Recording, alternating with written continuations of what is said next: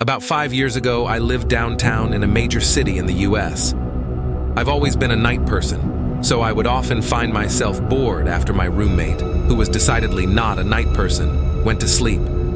To pass the time, I used to go for long walks and spend the time thinking. I spent 4 years like that, walking alone at night, and never once had a reason to feel afraid. I always used to joke with my roommate that even the drug dealers in the city were polite. But all of that changed in just a few minutes of one evening. It was a Wednesday, somewhere between 1 and 2 in the morning, and I was walking near a police-patrolled park quite a ways from my apartment. It was a quiet night, even for a weeknight, with very little traffic and almost no one on foot. The park, as it was most nights, was completely empty. I turned down a short side street in order to loop back to my apartment when I first noticed him. At the far end of the street on my side was the silhouette of a man dancing.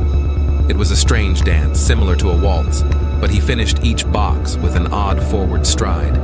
I guess you could say he was dance walking, headed straight for me. Deciding he was probably drunk, I stepped as close as I could to the road to give him the majority of the sidewalk to pass me by. The closer he got, the more I realized how gracefully he was moving. He was very tall and lanky and wearing an old suit. He danced closer still until I could make out his face. His eyes were open wide and wild, head tilted back slightly, looking off at the sky. His mouth was formed in a painfully wide cartoon of a smile. Between the eyes and the smile, I decided to cross the street before he danced any closer. I took my eyes off of him to cross the empty street. As I reached the other side, I glanced back, and then stopped, dead in my tracks. He had stopped dancing and was standing with one foot in the street, perfectly parallel to me. He was facing me, but still looking skyward, smile still wide on his lips. I was completely and utterly unnerved by this. I started walking again, but kept my eyes on the man. He didn't move. Once I had put about half a block between us, I turned away from him for a moment to watch the sidewalk in front of me. The street and sidewalk ahead of me were completely empty.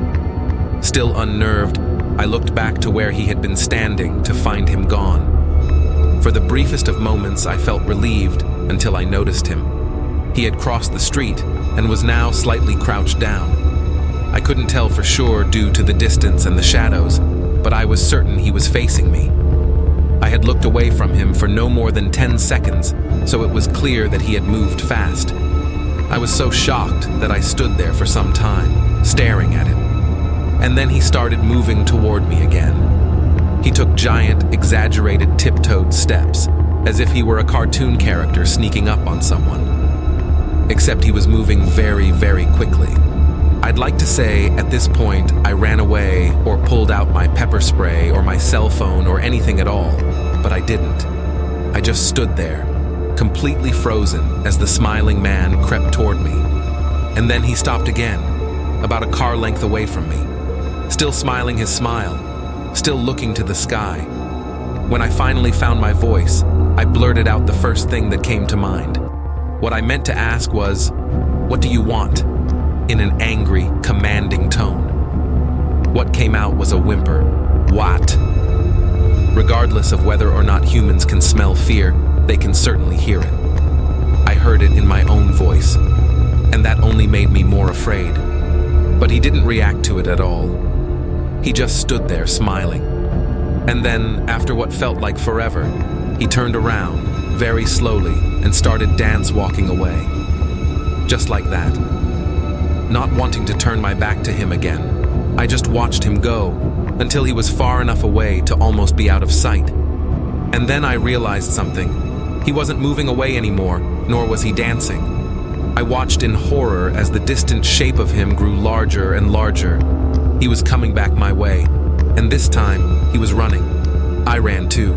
I ran until I was off of the side road and back onto a better lit road with sparse traffic. Looking behind me then, he was nowhere to be found. The rest of the way home, I kept glancing over my shoulder, always expecting to see his stupid smile, but he was never there. I lived in that city for 6 months after that night, and I never went out for another walk. There was something about his face that always haunted me. He didn't look drunk. He didn't look high. He looked completely and utterly insane. And that's a very, very scary thing to see.